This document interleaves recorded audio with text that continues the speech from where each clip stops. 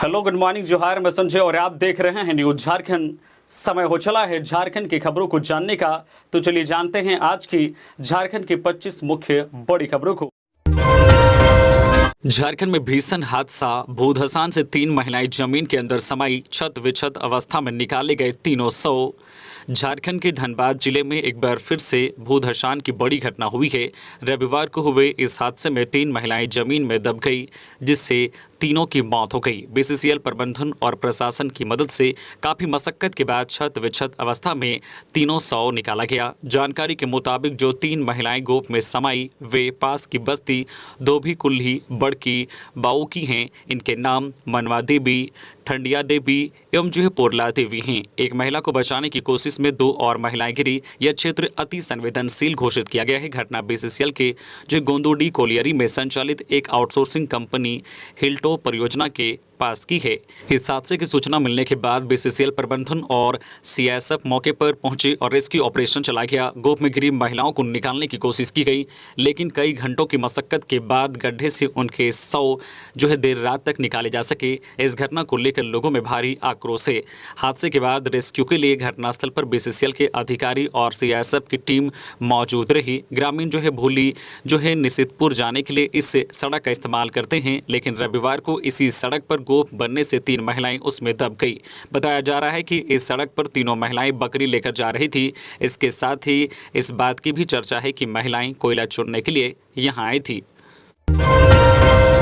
CM Hemant Soren को ED का चौथा समन। 23 सितंबर को ईडी ने क्षेत्रीय कार्यालय बुलाया। आज सुप्रीम कोर्ट में होनी है सुनवाई। रांची में हुए जमीन घोटाला मामले में पूछताछ के लिए झारखंड के सीएम हेमंत सोरेन को प्रवर्तन निदेशालय ईडी ने चौथा समन भेजा है। वहीं उन्हें 23 सितंबर को हिनू स्थित ईडी के क्षेत्रीय कार्यालय आने को कहा है। इसी बीच ईडी की नोटिस के खिलाफ सीएम हेमंत सोरेन की ओर से सुप्रीम कोर्ट में दायर याचिका पर आज सोमवार को सुनवाई होनी है।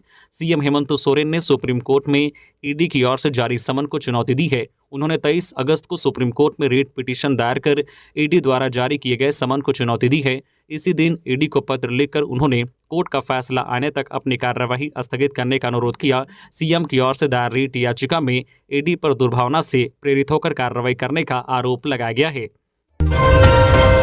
रांची के टाटी सिल्वे के ईईएफ ग्राउंड में गरजे जयराम महतो, बोले 2024 में होगा बदलाव।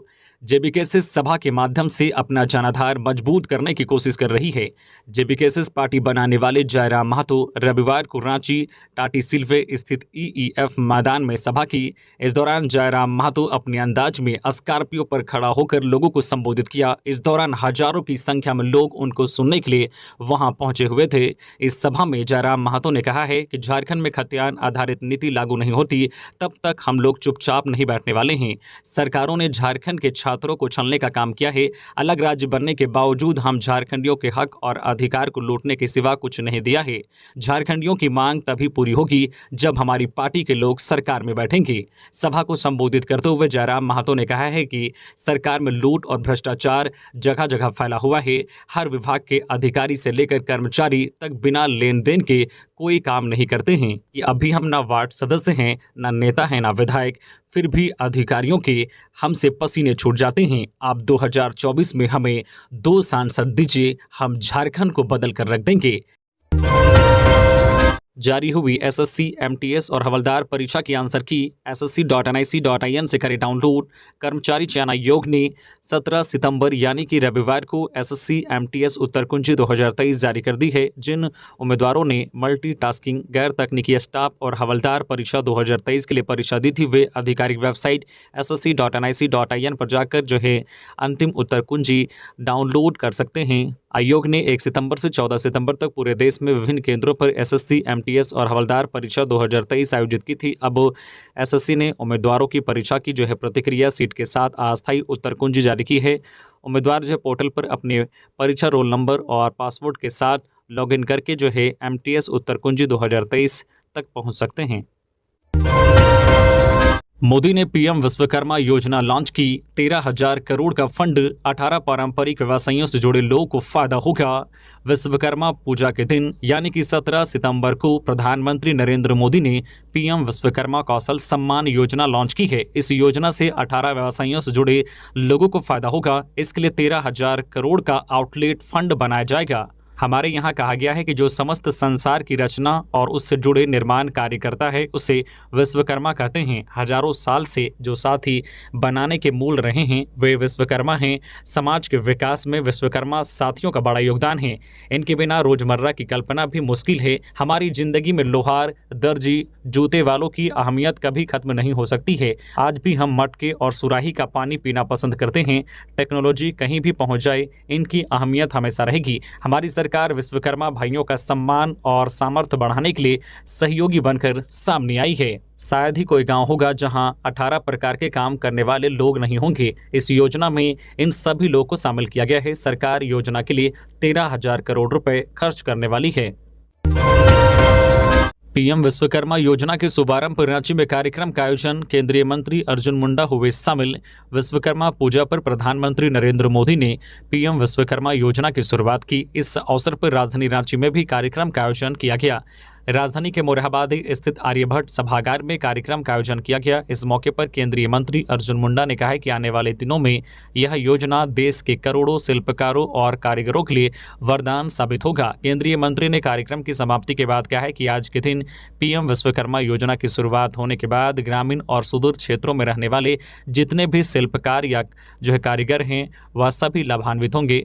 इस कार्यक्रम में राजधानी रांची के कई शिल्पकार और ग्रामीण क्षेत्रों से कारीगर भी मौजूद रहे। प्रधानमंत्री के संबोधन को सुनने के बाद कारीगरों ने भी कहा है कि इस योजना से हुनरमंद कारीगर आर्थिक रूप से लाभान्वित होंगे। ग्रामीण क्षेत्र से कारीगरों ने कहा है कि यदि इस योजना के अंतर्गत मिलने वाले आर्थिक लाभ शिल्पकारों और कारीगरों को मिलते हैं तो निश्चित रूप से आने वाले दिनों में कारीगरों का आर्थिक संकट दूर होगा। वही इस योजना के तहत आर्थिक लाभ के साथ साथ कार्यक्रमों की स्पेशल ट्रेनिंग भी दी जाएगी और टूल किट दिए जाएंगे जिसके माध्यम से कारीगर अपने हुनर को निखार पाएंगे। गुमला पुलिस की बड़ी कार्रवाई, 1 करोड़ रुपए मूल्य का 10 किलो अफीम बरामद। गुमला पुलिस ने नशा के कारोबार के खिलाफ बड़ी कार्रवाई की है। 10.80 किलो अफीम गुमला से बरामद हुआ है। पुलिस की माने तो अंतर्राष्ट्रीय बाजार में इस 10 किलो अफीम की कीमत 1 करोड़ रुपए है। गुमला के पुलिस अधीक्षक हरविंदर सिंह ने बताया है कि गुमला पुलिस को गुप्त सूचना मिली थी कि सिसई थाना के रेडवा गांव के वीरेंद्र साहू द्वारा भारी मात्रा में अफीम की खरीद बिक्री हो रही है। गुप्त सूचना पर तुरंत एसडीपीओ मनीष चंद्र लाल के नेतृत्व में पुलिस की एक टीम का गठन किया गया। पुलिस टीम ने रेडवा गांव पहुंचकर सुनसान जगह पर स्थित वीरेंद्र साहू के घर में छापेमारी की। घर से पुलिस ने 8.95 किलो अफीम बरामद किया। वीरेंद्र साहू के अल्टो कार की जांच की गई तो उसमें से 1.13 किलो अफीम बरामद हुआ है। पुलिस ने अफीम के साथ अल्टो कार को भी जब्त कर लिया है। हालांकि इस दौरान पुलिस को चकमा देकर वीरेंद्र फरार हो गया। रांची के एचईसी में मनाया गया विश्वकर्मा पूजा। बकाया वेतन के कारण मायूस दिखे कर्मचारी। भारत की आन बान और शान कहे जाने वाले एचईसी में रविवार को धूमधाम से विश्वकर्मा पूजा मनाया गया। देश में कई कीर्तिमान रच चुकी एचईसी के तीनों प्लान में भगवान विश्वकर्मा की प्रतिमा स्थापित की गई। पूजा करने आए कर्मचारियों ने भगवान विश्वकर्मा से यह प्रार्थना की कि एचईसी जैसे देश और दुनिया में अपना नाम स्थापित कर चुके हैं उसी प्रकार आगे भी यह संस्थान दिन दोगुनी रात चौगुनी आगे बढ़ती रहे। विश्वकर्मा पूजा के मौके पर एचईसी घूमने आए लोगों ने कहा कि आज कहीं न कहीं एचईसी में होने वाले विश्वकर्मा पूजा का उत्साह कम होता दिख रहा है, क्योंकि एचईसी में काम करने वाले कर्मचारियों को पिछले कई महीने से वेतन नहीं मिला है। इसलिए कर्मचारी उस उत्साह के साथ आज विश्वकर्मा पूजा नहीं मना रहे हैं। एचईसी के कर्मचारियों ने कहा है कि 18 महीने से किसी को भी वेतन नहीं मिला है। कई लोग अपने हुनर को भूलकर दूसरा काम करने को मजबूर हो गए हैं। 71 असिस्टेंट प्रोफेसर व अन्य पदों पर भर्ती, 27 अक्टूबर तक करी apply. Indian institute of technology Dhanbad ने प्रोफेसर, असिस्टेंट प्रोफेसर और एसोसिएट प्रोफेसर की 71 रिक्तियों पर भर्ती के लिए आवेदन आमंत्रित किए गए हैं। आईआईटी धनबाद की इस वैकेंसी के लिए आवेदन प्रक्रिया शुरू हो चुकी है। आवेदन जमा कराने की अंतिम तिथि 27 अक्टूबर 2023 है। इच्छुक अभ्यर्थी ऑफिशियल वेबसाइट IIT ISM.ac.in पर जाकर आवेदन कर सकते हैं। आईआईटी के इस भर्ती अभियान में कुल 71 रिक्तियों पर अभ्यर्थियों की नियुक्ति की जानी है। आवेदन जिन पदों के लिए मांगे गए हैं उनमें असिस्टेंट प्रोफेसर, एसोसिएट प्रोफेसर और प्रोफेसर के पद हैं। झीरी डंपिंग यार्ड का कचरा होगा साफ। 13 साल में 3 कंपनियां बदली, किसी ने बिजली तो किसी ने टाइल्स बनाने का किया दावा। समस्या जस की तस। रांची शहर से हर दिन लगभग 500 टन सूखा और गीला वेस्ट निकलता है। बीते 23 सालों से यहां कचरा शहर से लगभग 10 किलोमीटर दूर रिंग रोड के पास झीरी में डंप होता है। स्थिति ऐसी हो गई है कि इतने सालों से यहां कचरा के कई पहाड़ बन गए हैं। कचरा के इन पहाड़ों को खत्म करने के लिए कई तरह के उपाय किए गए। रांची नगर निगम अपने स्तर से लेकर विभिन्न एजेंसियों की मदद ली, लेकिन झीरी डंपिंग यार्ड का कचरा जस का तस बना हुआ है। रांची नगर निगम की माने तो बीते 13 साल में कचरा के पहाड़ को खत्म करने के लिए 3 कंपनियां आई और चली गई। झीरी डंपिंग यार्ड के कचरे को साफ करने के लिए चयनित कंपनियों ने कई दावे किए। किसी ने कचरे से बिजली बनाने की बात कही तो किसी ने टाइल्स बनाने की बात कही, पर ये कंपनियां नगर निगम से करोड़ों रुपए वसूल कर चलती बनी। अब एक बार फिर नगर निगम कचरे के पहाड़ को हटाने के लिए प्रयास शुरू किया है। निगम ने एक बार फिर से एजेंसी की तलाश में टेंडर निकाला है। वहीं सरकार ने झीरी के कचरा पहाड़ को खत्म करने के लिए 121 करोड़ रुपए खर्च करने की स्वीकृति दी है। रांची में 5 इंस्पेक्टर और 1 सब इंस्पेक्टर किए गए। इधर से उधर 5 इंस्पेक्टर और 1 सब इंस्पेक्टर का तबादला किया गया है। इससे संबंधित अधिसूचना शनिवार की रात जारी कर दी गई है। अधिसूचना के अनुसार सुनील तिवारी को नामकुम थाना प्रभारी बनाया गया है। वहीं आलोक सिंह को और मांझी थाना प्रभारी, राजीव कुमार सिंह को ट्रैफिक थाना प्रभारी लालपुर, प्रदीप मिंज को डेली मार्केट थाना प्रभारी, मधुसूदन मोदक को पुलिस केंद्र लाइन भेजा गया है और अमरेंद्र कुमार को ठाकुरगांव थाना प्रभारी बनाया गया है। बता दें कि रांची के नए एसएसपी चंदन कुमार सिन्हा ने इनको तबादला किया है। नए एसएसपी एक्शन मोड में हैं। वह एक दिन औचक निरीक्षण में भी निकल गए थे। उन्होंने आम लोगों की सुरक्षा को लेकर कहा है कि वह 24 घंटे जनता की सेवा में तत्पर हैं। अब गोड्डा में भी पासपोर्ट के लिए कर सकेंगे अप्लाई। विदेश मंत्रालय ने सेवा केंद्र खोलने का लिया निर्णय। गोड्डा और आसपास के जिले के निवासियों के लिए अच्छी खबर है। संथाल के इन जिलों के निवासी अब गोड्डा में भी पासपोर्ट के लिए आवेदन कर सकेंगे। इसके लिए डाकघर में पासपोर्ट सेवा केंद्र खोला जाएगा। विदेश मंत्रालय ने इसके लिए मंजूरी दे दी है। गोड्डा सांसद डॉक्टर निशिकांत दुबे ने ट्वीट कर इसकी जानकारी दी है। कहा है कि सेवा केंद्र खोलने की दिशा में तेजी से कार्य किया जा रहा है। बता दें कि इस बाबत गोड्डा जिले के निवासी कई साल से सेवा केंद्र खोलने की मांग कर रहे थे। अब उनको पासपोर्ट बनवाने के लिए रांची या अन्यत्र नहीं जाना होगा। सांसद दुबे ने सेवा केंद्र खोलने की अनुमति देने के लिए विदेश मंत्री सुब्रमण्यम जयशंकर का आभार व्यक्त किया है। झारखंड में बिजली दर बढ़ोतरी के प्रयास का विरोध करेगी भाकपा। मिशन 2024 को लेकर 17 जिला प्रभारियों की हुई नियुक्ति। झारखंड में भारतीय कम्युनिस्ट पार्टी सीपीआई ने लोकसभा और विधानसभा चुनाव की तैयारियां शुरू कर दी है। इसी क्रम में रविवार को रांची में सीपीआई के प्रदेश कार्यालय में राज्य कार्यकारिणी की बैठक की गई, जिसमें जिलावार प्रभारी की नियुक्ति की गई। बैठक के दौरान सर्वसम्मति से यह फैसला लिया गया कि झारखंड में बिजली दरों में बढ़ोतरी के प्रयास का पार्टी विरोध करेगी। भारतीय कम्युनिस्ट पार्टी की झारखंड राज्य कार्यकारिणी की बैठक राष्ट्रीय परिषद के सदस्य कन्हैया पहाड़िया की अध्यक्षता में रांची के प्रदेश कार्यालय में संपन्न हुई। सीपीआई के प्रदेश कार्यकारिणी की बैठक में सर्वसम्मति से राज्य स्तरीय कार्यक्रमों की योजना बनाई गई। 28 सितंबर को शहीद ए आजम सरदार भगत सिंह की जयंती पर जिला स्तरीय कन्वेंशन, 2 अक्टूबर को गांधी जयंती के अवसर पर संविधान बचाओ लोकतंत्र बचाओ भाजपा भगाओ सेमिनार, 3 अक्टूबर को राष्ट्रव्यापी काला दिवस, 7 नवंबर को रांची के राजभवन के समक्ष विस्थापन को लेकर धरना, 26 नवंबर को रांची में विशाल रैली सहित इंडिया गठबंधन को जीत दिलाने के लिए भारतीय जनता पार्टी और उनके गठबंधन को हराने के लिए प्रत्येक जिले में प्रभारी नियुक्त किए गए। लोकसभा चुनाव के लिए पूरी तरह तैयार झारखंड कांग्रेस प्रदेश अध्यक्ष ने शीर्ष नेताओं के सामने भरी हुंकार। हैदराबाद में 2 दिवसीय कांग्रेस कार्य समिति की बैठक में झारखंड कांग्रेस अध्यक्ष राजेश ठाकुर एवं कांग्रेस विधायक दल के नेता आलमगीर आलम शामिल हुए। इस दौरान दोनों नेताओं ने पार्टी के शीर्ष नेताओं को 2024 के चुनावों को लेकर प्रदेश कांग्रेस की तैयारियों से संबंधित जानकारी साझा की।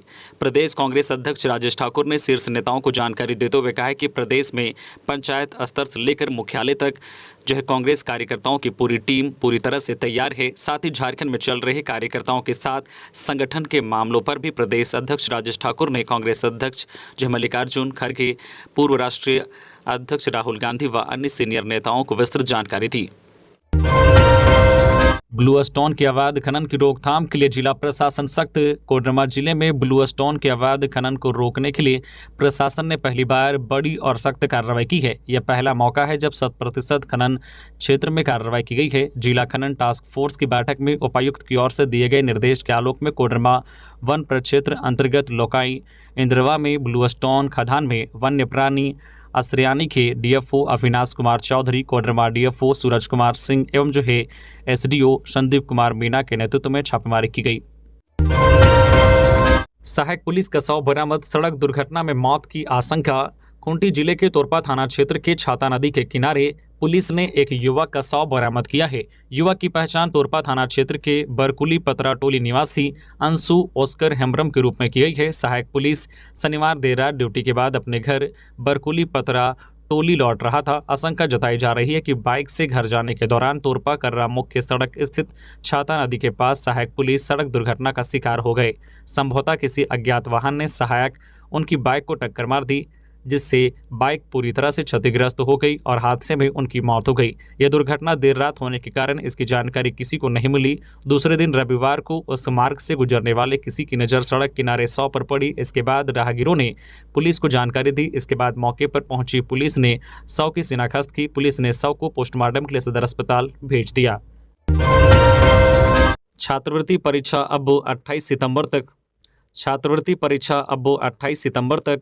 राष्ट्रीय आय एवं योग्यता आधारित छात्रवृत्ति योजना परीक्षा के लिए ऑनलाइन आवेदन की अंतिम तारीख 18 सितंबर से बढ़ाकर 28 सितंबर तक कर दी गई है। इसमें चयनित छात्र को प्रति माह 1000 रुपये और साल भर में 12,000 रुपये छात्रवृत्ति दी जाएगी। जिले में 218 बच्चों का कोटा निर्धारित है। मेरिट आधार पर चयनित छात्र छात्राओं को छात्रवृत्ति के रूप में 1000 रुपये प्रति माह की दर से 12,000 रुपये वार्षिक छात्रवृत्ति प्रस्तावित है, जो भारत सरकार द्वारा निर्धारित प्रक्रिया के अंतर्गत देय होगी। परीक्षा में सफल होने के पश्चात भारत सरकार शिक्षा मंत्रालय जो स्कूल शिक्षा और साक्षरता मिशन नई दिल्ली द्वारा निर्धारित शर्तों के अधीन कक्षा 9 से 12 तक अध्ययनरत चयनित छात्र छात्राओं को छात्रवृत्ति देय होगा। ऐसे छात्र छात्रा जिनके आय भावक की वार्षिक आय सभी स्रोतों को मिलाकर 3,50,000 से अधिक ना हो, वे इस परीक्षा के लिए आवेदन कर सकते हैं। इसकी परीक्षा 5 नवंबर को होगी।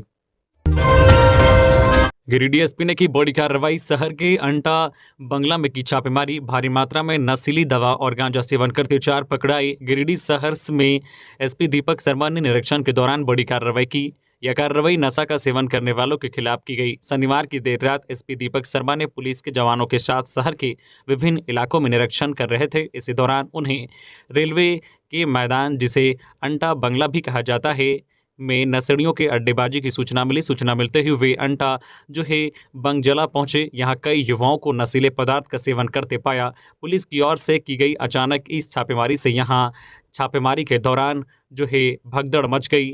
छापेमारी के दौरान मैदान में नशे का सेवन कर रहे लोग इधर उधर भागने लगे। इस दौरान पुलिस ने 4 जो है युवाओं को खदेड़ कर पकड़ा। वही मौके से एक स्कॉर्पियो और 2 बाइक को भी जब्त किया गया। पेट्रोल पंप लूटकांड का हुआ उद्भेदन। लूट की घटना के 5 घंटे के भीतर पुलिस ने किया खुलासा, अपराधी गिरफ्तार। लातेहार के चंदवा थाना क्षेत्र के मालहन रोड स्थित पेट्रोल पंप से शनिवार की शाम हुई लूटपाट की घटना का लातेहार पुलिस ने महज 5 घंटे के भीतर उद्भेदन कर दिया है।